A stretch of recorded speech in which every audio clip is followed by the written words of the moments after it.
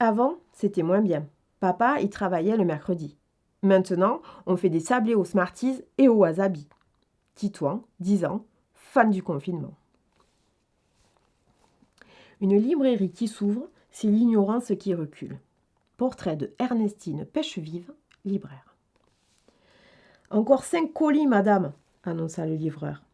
Ernestine lui sourit, quoique un peu lasse de le voir malmener sa commande, en ne prenant aucun soin de poser les cartons ailleurs que dans les traces d'eau sale qu'il emporte avec ses grosses chaussures.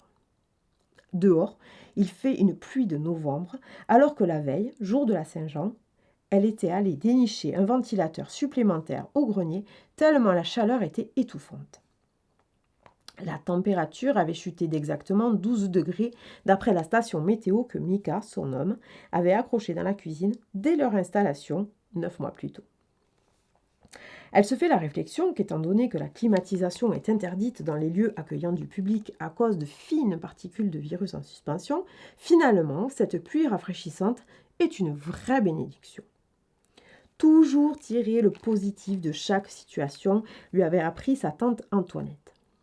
Pourtant, notre petite libraire a le cœur un peu lourd. 2 jours auparavant, pour la première fois depuis ses 17 ans, elle n'était pas sortie dans la rue pour se glisser d'un groupe de musique à l'autre, dansant festivement entre les gens joyeux, formant une foule colorée et compacte.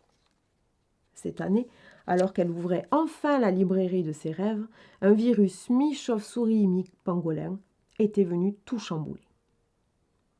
Les portes vitrées s'étaient refermées, les gens étaient priés de rester chez eux. Durant 3 mois, le lieu qu'elle avait imaginé si plein de vie et de rencontres s'était lentement terni par l'absence de son public. Heureusement, il restait Boris, son fils de 8 ans, qui, pour sa part, avait décidé de sauver les meubles et l'humanité par son inaltérable joie de vivre. Il s'improvisa chef d'orchestre ce 21 juin, son harmonica à la main ainsi que sa guitare en bandoulière. À sa traîne, Zébu le chien boiteux d'arthrose et Cassiopée, la jeune chatte toujours en quête d'aventure, du haut de ses 4 mois révolus. Même Mika, pianiste professionnel, était sorti de son engourdissement maussade pour assister au spectacle. La librairie, qui avait à peine réouvert depuis 5 semaines, pensait encore ses plaies.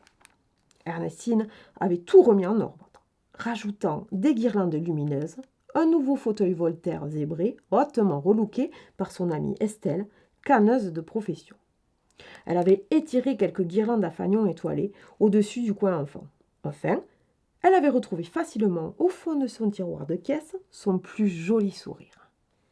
Alors Ernestine, emportée par la joie contagieuse de Boris, alluma l'intégralité des lumières de la librairie.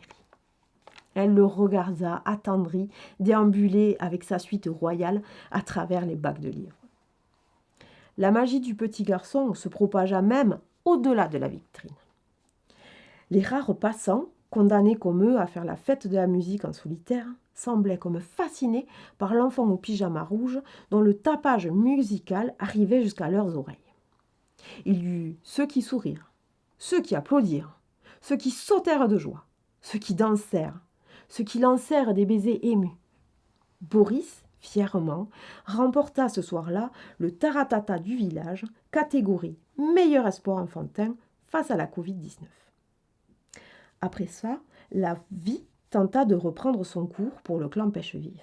À la librairie, au studio, à l'école, puis durant les minuscules vacances d'été en Ardèche.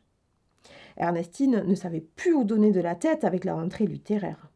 Elle voulait tout lire, ou presque, pour conseiller le meilleur en fonction de ses clients. Ceux qui avaient passé la vague et tenu le choc avec elle. Commandant selon son stock, riant devant ses vidéos de libraires confinés, voyageuse immobile à travers ce monde devenu fou. Elle parlait sans faillir de ses livres, de ses fabuleuses histoires à découvrir. Elle essayait de maintenir la joie de lire, malgré l'automne grimaçant qui s'annonçait. De nouveau, ce fut terminé. Le rideau tiré, le cœur désenchanté. La deuxième vague, titre prometteur pour un livre de science-fiction, terrassa de nouveau le quotidien de notre libraire, fort heureusement endurci et expérimenté.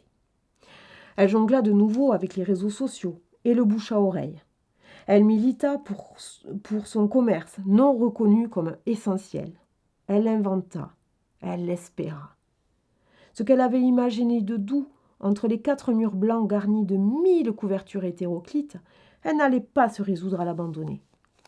Alors, entre les nouveaux colis, un peu mouillés par les pieds du livreur toujours peu soigneux, elle se mit à fredonner. « Résiste, suis ton cœur qui insiste, ce monde n'est pas le tien, viens, bats-toi, signe et persiste, résiste. » À demain!